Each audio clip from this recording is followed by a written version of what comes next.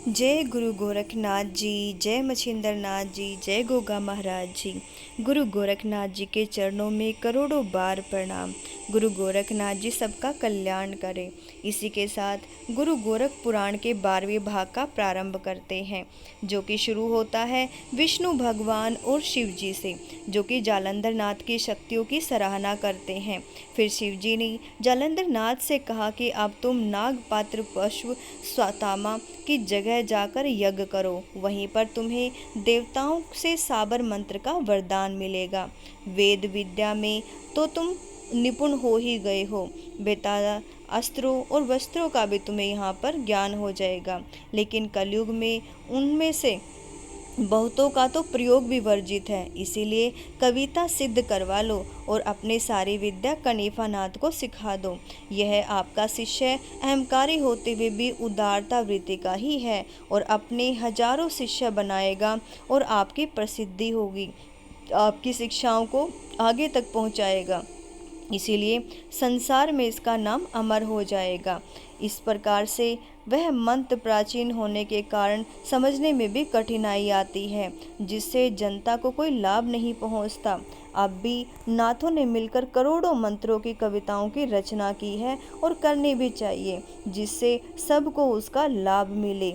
यह सब जान करके परम आनंद की अनुभूति होती है। आप सर्वज्ञ ही हैं और आपको सब पता ही है कि अगर हम एक दूसरे को इन मंत्रों का उच्चारण सिखाएंगे तो वो कहीं ना कहीं सबको इसका लाभ प्राप्त होता है। हमें इसके लाभ के बारे में समझना चाहिए। जीवन मरण ये सब कविता के रूप में लिखे जाने चाहिए। और कनीफा नाथ के बारे में भी बताया कि इसे तप करने से भी भेजें, तप करेंगे तभी इनको शिवजी महाराज से आशीर्वाद प्राप्त होगा। शिवजी का उद्देश्य योगी ने शीश चढ़ाकर स्वीकार किया। जालंधर नाथ और कनीफा नाथ दोनों ने मिलकर 20 लाख श्लोकों की कविता तैयार की, जिसे सुनकर शिवजी बहुत प्रसन्न हुए और उन्हें भाग्यस्व पेड़ के नीचे प्रयोग सिद्ध करने को कहा।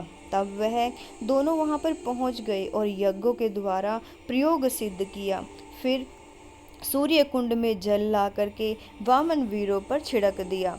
इस प्रकार सब कुछ उन्होंने अनुकूल किया। फिर बद्रिकाश्रम में पहुंचकर जालंधर नाथ और कनीफा नाथ को तप करने की आज्ञा दी और आप भी अत्यंत तप करने के लिए चले गई। वहीं गोरखनाथ भी तप कर रहे थे, परंतु एक का दूसरे से कोई पता नहीं था कि कौन कहाँ पर है। जालंधर नाथ यात्रा करते समय अपने सिर पर घास का गट्ठर रखकर घुमा करते थे और जो उनके सिर से 1-2 बालिश्त ऊंचा रहता था, अर्थात उनके शीश पर रखा नहीं होता था लेकिन उनके साथ साथ चलता था। इस प्रकार ये सब इनके गट्ठर जो है उनके सिर से कोई मेल नहीं खाता था।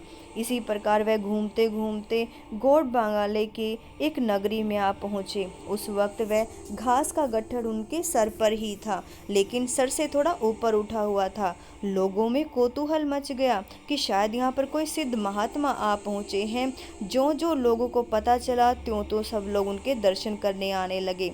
वह गंदे स्थान में रहते और भिक्षा मांगकर उदर पूर्ति करते थे।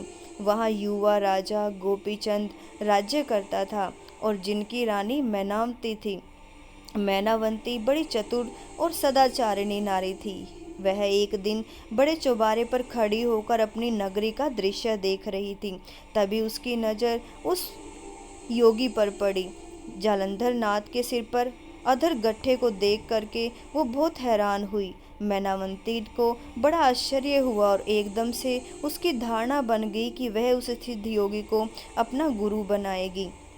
इस प्रकार निश्चय करके ही रानी ने अपनी दासी को बुलाकर उसे आज्ञा दी कि तू जा और जाकर के देख कि योगी साधु संत ये कहाँ से आया है और कहाँ जाएगा। उसका पता लगाने के लिए उसने अपनी दासी को भेज दिया और जहाँ जहाँ वह चलता उसी स्थान पर वह पहुँच जाती और उसका ठिकाना पता करके राजा माता मैनावंती को उसने बता दिया। तो ये था हमारा गोरख पुराण का 12वां अध्याय। कहिए जय गुरु गोरखनाथ जी।